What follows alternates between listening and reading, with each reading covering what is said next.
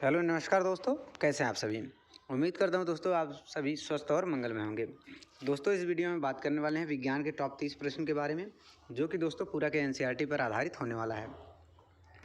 दोस्तों ये वीडियो सभी के लिए इंपॉर्टेंट होने वाला है। जो भी स्टूडेंट किसी भी एग्ज़ाम की तैयारी कर रहा हो, चाहे वो एसएससी हो या फिर रेलवे का कोई एग्ज़ाम हो, उन सभी के लिए बहुत ही इंपॉर्टेंट होने वाला है।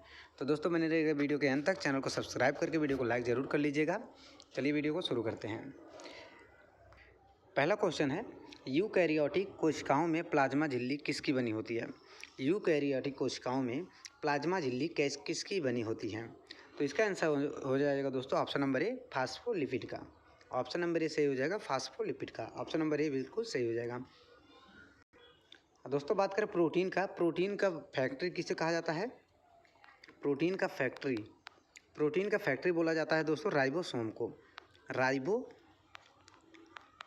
राइबोसोम को। और दोस्तों लाइकोपिन की बात करें तो टमाटर में लाल रंग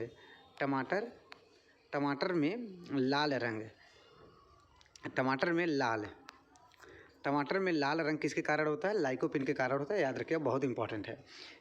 अगला क्वेश्चन है, भोजन का पाचन मुख्यतः किस अंग से प्रारंभ हो जाता है। भोजन का पाचन मुख्यतः किस अंग से प्रारंभ होता है। तो इसका आंसर हो जाएगा दोस्तों मुख से। ऑप्शन नंबर डी इसका सही आंसर हो जाएगा, मुख से। अब पूर्ण पाचन कहाँ पर होता है दोस्तों। छोटी आंत में पूर्ण रूप से पाचन कहाँ होता है। छोटी आंत में होता है, याद रखिएगा दोस्तों, छोटी आंत में। अगला क्वेश्चन है, ग्लूकोमा मानव शरीर के किस अंग की बीमारी है। ग्लूकोमा मानव शरीर के किस अंग की बीमारी है। तो ग्लूकोमा की बात करें दोस्तों, ग्लूकोमा और एक साथ में होता है ट्रेकोमा। ग्लूकोमा और ट्रेकोमा कहाँ की बीमारी है दोस्तों, ये हो जाएगा आँख की। ऑप्शन नंबर सी इसका सही आंसर हो जाएगा, आँख की। ऑप्शन नंबर सी इसका सही आंसर हो जाएगा, आँख की। दोस्तों हृदय की बात करें दोस्तों, कार्डियोलॉजिस्ट होते हैं। हृदय के सर्जन को बोला जाता है कार्डियोलॉजिस्ट। हृदय की जांच के लिए कार्डियोग्राफ का यूज किया जाता है, ये भी याद रखिएगा। फेफड़ा की बात करें दोस्तों, फेफड़े से संबंधित जो बीमारी होती है, एक क्षय होता है, क्षय रोग, जिसे टीबी बोला जाता है, ट्यूबरक्लोसिस टीबी बोला जाता है। अस्थमा, दमा, ये सभी दोस्तों क्षय रोग फेफड़ा से संबंधित बीमारियां होती हैं। निमोनिया भी कुछ दोस्तों कभी कभी ऑप्शन देता है, फेफड़ा हो जाएगा या फिर आंत हो जाएगा, आंत, याद रखिएगा। दोस्तों पैर की बात करें, पैर में दोस्तों सबसे बड़ी हड्डी पाई जाती है फीमर हड्डी कहाँ पाई जाती है, पैर में। पैर के ऊपरी हिस्से में पाया जाता है फीमर याद रखिएगा दोस्तों, शरीर की सबसे बड़ी हड्डी है। और सबसे मजबूत हड्डी की बात करें दोस्तों, जाबड़ा के बाद दोस्तों फीमर का ही नाम आता है, ये भी याद रखिएगा। टीबिया नामक हड्डी कहाँ पाया जाता है, वो भी दोस्तों पैर में पाया जाता है। टीबिया नामक हड्डी भी पैर में पाया जाता है, ये भी याद रखिएगा। ये सभी फैक्ट याद कर लीजिएगा दोस्तों, बहुत इंपॉर्टेंट है। अगर दोस्तों शरीर की सबसे छोटी हड्डी की बात करें तो हो जाएगा दोस्तों स्टेपीज, जो कि दोस्तों कहाँ पाया जाता है, कान में पाया जाता है। शरीर का सबसे छोटा हड्डी कान में पाया जाता है, स्टेपीज। टोटल दोस्तों 206 हड्डियाँ होती हैं, और दोस्तों नवजात शिशु में दोस्तों 300 हड्डियाँ होती है, ये भी याद रखिएगा। अगला क्वेश्चन है, 20 मीटर पर सेकंड की वेग से गति कर रहे 50 किलोग्राम द्रव्यमान वाले किसी पिंड का संवेग कितना होगा। 20 मीटर पर सेकंड की वेग से गति कर रहे 50 किलोग्राम वाले किसी पिंड का संवेग कितना होगा। बहुत इंपॉर्टेंट क्वेश्चन है दोस्तों। तो इसका आंसर हो जाएगा, इसका सलूशन करेंगे दोस्तों। संवेग बराबर क्या होता है, संवेग बराबर होता है द्रव्यमान गुणे वेग, याद रखिएगा, द्रव्यमान गुणे वेग। तो द्रव्यमान का मान है 50, अब वेग का मान है दोस्तों 20, तो 50 गुणे 20 हो जाएगा दोस्तों 1000 केजी हो जाएगा, 1000 केजी मीटर पर सेकेंड। 1000 केजी मीटर पर सेकेंड, ये हो जाएगा संवेग का मात्रक होता है। केजी मीटर पर सेकेंड होता है कि संवेग का मात्रक होता है केजी मीटर पर सेकेंड। ऑप्शन नंबर सी इसका सही आंसर हो जाएगा। ऑप्शन नंबर सी इसका सही आंसर हो जाएगा दोस्तों, याद रखिएगा। अगला क्वेश्चन है, दो पिंडों के बीच लगने वाला बल कितना होगा। दो पिंडों के बीच, मान लीजिए कोई पिंड दोस्तों ये 1 है, दूसरा पिंड दोस्तों 2 है। दो पिंडों के बीच लगने वाला बल, आकर्षण बल क्या होगा, यह का मान पूछा है, क्या होगा। जब पिंड का द्रव्यमान 4 गुना, जब एक पिंड का केवल, चाहे पिंड 1 का चाहे पिंड 2 का, द्रव्यमान 4 गुना कर दिया जाए, उनके बीच की दूरी आधा कर दिया जाए, तो उसका दोस्तों लगने वाला बल पर क्या प्रभाव पड़ेगा? 4 गुना होगा, 2 गुना होगा, 16 गुना होगा या फिर 8 गुना होगा। बहुत इंपॉर्टेंट है दोस्तों, इसको ध्यान से देखिएगा, बहुत इंपॉर्टेंट कॉन्सेप्ट है। जबकि दोस्तों 2 ग्रहों के बीच के बोला जाए, 2 पिंडों के बीच का बोला जाए, 2 वस्तुओं के बीच का बोला जाए, तो याद रखिएगा उनके बीच का दूरी का क्या फोर्स क्या होता है? F बराबर capital G M1 M2 upon r square.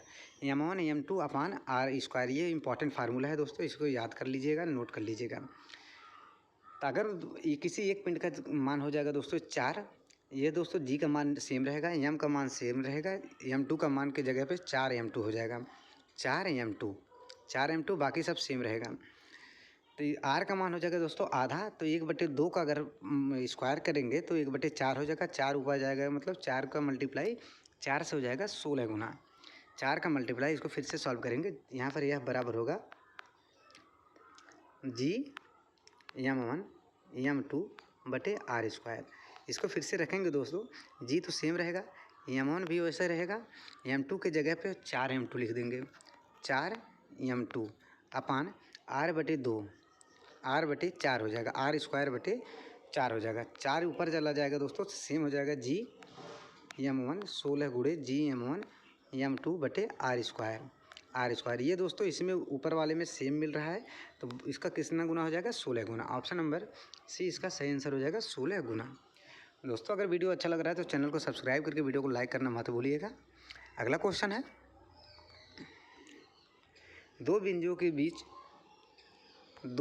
के बीच के न्यूनतम दूरी को क्या कहा जाता है? मान लीजिए दोस्तों एक बिंदु ए है, एक बिंदु बी है, एक बिंदु ए है या फिर एक बिंदु बी है, इनके बीच की न्यूनतम दूरी को क्या बोला जाता है? तो इसको बोला जाता है दोस्तों विस्थापन, डिस्प्लेसमेंट, विस्थापन बोला जाता है, विस्थापन बोला जाता है। ऑप्शन नंबर 20 का सही आंसर हो जाएगा। विस्थापन का मात्रक दोस्तों हमेशा मीटर में लिया जाता है, याद रखिए SI मात्रक हमेशा मीटर होता है।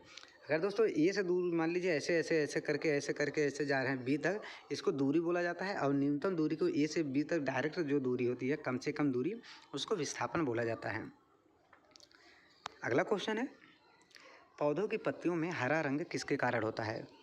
पौधों की पत्तियों में हरा रंग किसके कारण होता है? तो इसका आंसर हो जाएगा दोस्तों क्लोरोफिल के कारण। ऑप्शन नंबर सी इसका सही आंसर हो जाएगा क्लोरोफिल के कारण।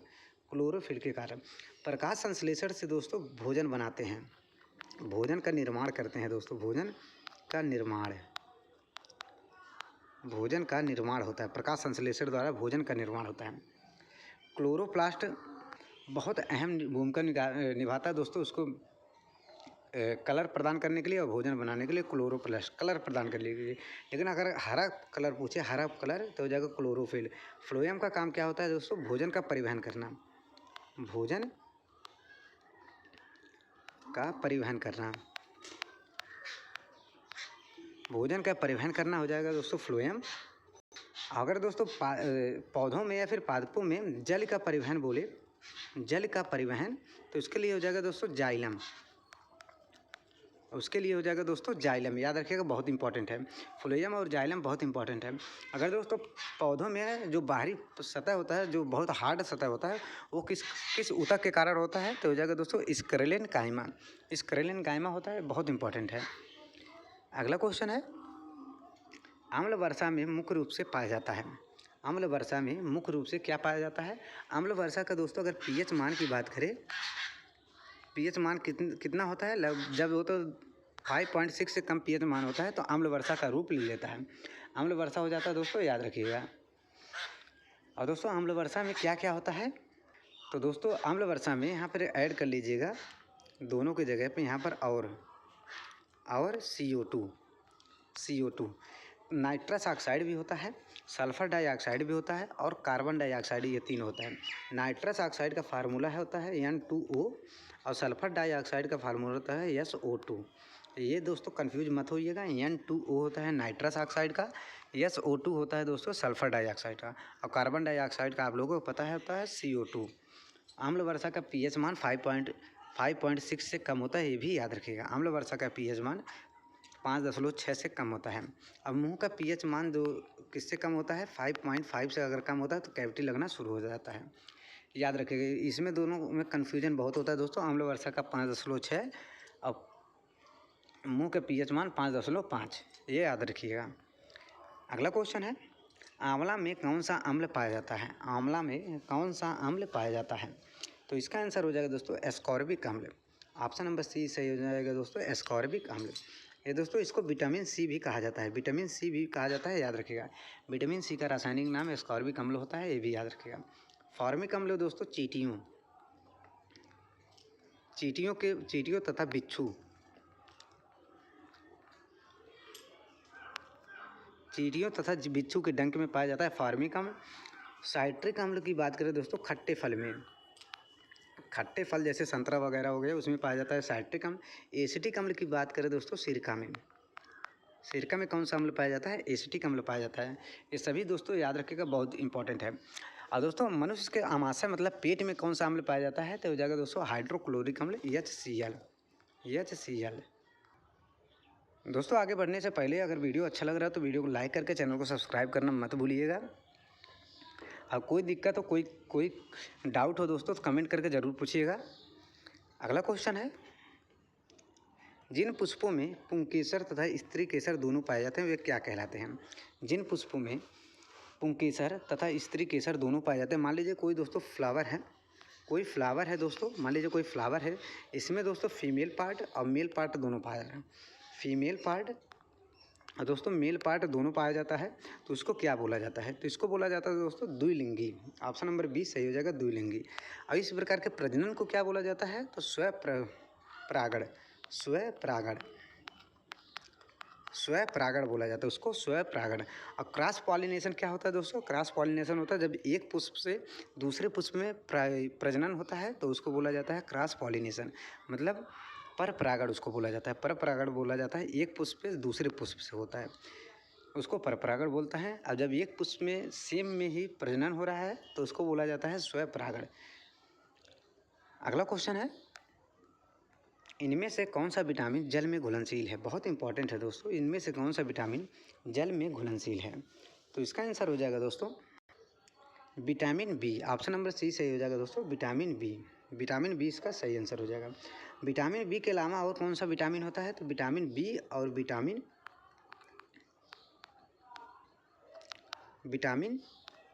सी, विटामिन बी और विटामिन सी दोस्तों जल में घुलनशील होता है।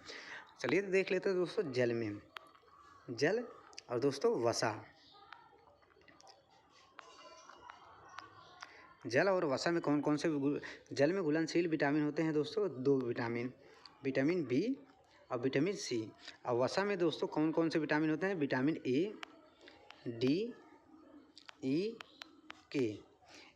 ई, के दोस्तों 4 विटामिन होते हैं जो कि वसा में घुलनशील होते हैं। विटामिन बी और सी होते हैं दोस्तों जल में घुलनशील। ये दोस्तों याद रखिएगा, बहुत इंपॉर्टेंट है। जल में घुलनशील 2 ही विटामिन होते हैं, विटामिन बी और विटामिन सी। और जो वसा में घुलनशील vitamin A, D, vitamin E और विटामिन के। अगला क्वेश्चन है, एक वयस्क मनुष्य के मस्तिष्क का द्रव्यमान कितना होता है? एक वयस्क मनुष्य के मस्तिष्क का भार या फिर द्रव्यमान कितना होता है? तो ये हो जाएगा दोस्तों 1350 ग्राम। ऑप्शन नंबर डी इसका सही आंसर हो जाएगा 1350 ग्राम। बहुत इंपॉर्टेंट है दोस्तों, ये रेलवे में बहुत बार पूछा जाता है। बहुत आसान क्वेश्चन है दोस्तों, इसलिए दोस्तों इसको बच्चे थोड़ा लाइटली लेते हैं, लेकिन ये दोस्तों बहुत बार पूछता है रेलवे में, इसका याद कर लीजिएगा। अगला क्वेश्चन है, 100 ग्राम का एसआई मात्रक में कितना मान होगा? 100 ग्राम, मान लीजिए कोई वस्तु है 100 ग्राम को दोस्तों, उसको एसआई मात्रा में कितना मान होगा? ये दोस्तों रेलवे का पूछा हुआ क्वेश्चन है। ये भी दोस्तों रेलवे आरआरबी जेई में 2019 और 18 में पूछा गया था, आरआरबी जेई में। तो एसआई का मात्रक दोस्तों होता है किलोग्राम में वजन का होता है किलोग्राम में एसआई मात्रक। इसको किलोग्राम में बनाएंगे दोस्तों 1000, 100/1000 कर देंगे।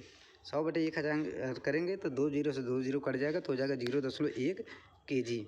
0.1 kg हो जाएगा। ऑप्शन नंबर सी इसका सही आंसर हो जाएगा, 0.1 kg। अगला क्वेश्चन है, फिनोल्फ्थलीन, बहुत इंपॉर्टेंट क्वेश्चन है दोस्तों। फिनोल्फ्थलीन और अम्ल के विलयन में सोडियम हाइड्रोक्साइड मिलाने पर कैसा रंग देता है? बहुत ही इंपॉर्टेंट क्वेश्चन है दोस्तों।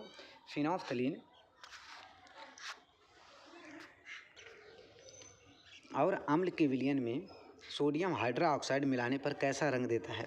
तो इसका आंसर हो जाएगा दोस्तों रंग गुलाबी हो जाता है। ऑप्शन नंबर सी इसका सही आंसर हो जाएगा, गुलाबी हो जाता है। गुलाबी हो जाता है, याद रखिएगा, गुलाबी हो जाता है। तो दोस्तों बस आज के लिए इतना ही। उम्मीद करता हूँ दोस्तों वीडियो पसंद आया हो। वीडियो पसंद आया दोस्तों वीडियो को लाइक कीजिएगा, चैनल को सब्सक्राइब कर लीजिएगा। मिलते हैं एक और नए वीडियो के साथ, तब तक के लिए धन्यवाद।